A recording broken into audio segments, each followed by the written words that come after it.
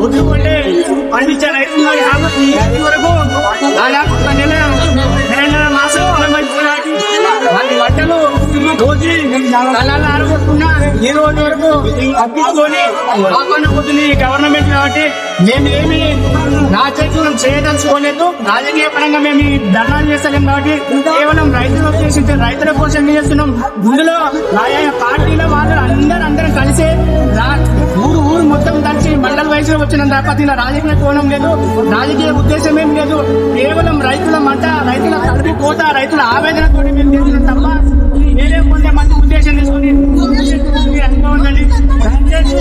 45 రోజులు అవుతుంది కాబట్టి 45 రోజుల నుంచి ఏనాడు కళ్ళంలో ఒడ్డు వచ్చిన చరిత్ర లేదు కాబట్టి ఈ రకంగా ఒడ్డు మొత్తం పండించిన కష్టకాలంలో పండించే మనం రాత్రి బావులు తెల్లాలు పాములు పురుగు పుట్టాలనుకుంటే మనం పోయి రాత్రి బావులు నీకు వారు పండిస్తే ఈ రకంగా నానిపోయినాక ఈ బాధ్యత ఈ నష్టాన్ని ఎవరు భరించాలి? ఏ రైతు భరించాలి? ఇప్పటికే రైతులు నష్టపోయి ఆత్మహత్య ప్లాన్ చేసుకుంటుంటే ఇంకా ఈ రకంగా ఒడ్లు వచ్చిన మొలకలుచిపోయిన ఉండడం లేదు. ఉన్న తర్వాత మళ్ళీ మిల్లర్స్ దగ్గర పోతే కూడా వాళ్ళు కూడా దాదాపు గిడ్డ తడుగు తీసేస్తున్నారు. వాస్తవానికి అయితే లారీల ప్రాబ్లం చాలా ఎక్కువ ఉంది, లారీల కొరత వల్ల ఉంది. ఈ రోజు మనం స్టార్ట్ చేసి పెట్టే లారీలో ఫోన్ చేస్తే లారీలు రావడం లేదు. అది రేపు ఎత్తనిక పోతే ఇక్కడే దాదాపు ఒక 4-5 క్వింటాలు తరుగు వస్తుంది. ఆ తరుగు వాస్తవానికి రైతుల మీద పడద్దు, అది గవర్నమెంట్ భరించాలి.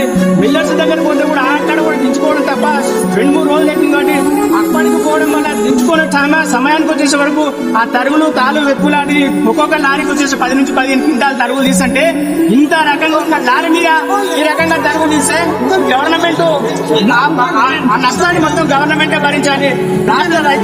రాష్ట్ర రైతాంగం తరఫున గవర్నమెంట్ మేము ఒకటే విచ్చున్నాడు.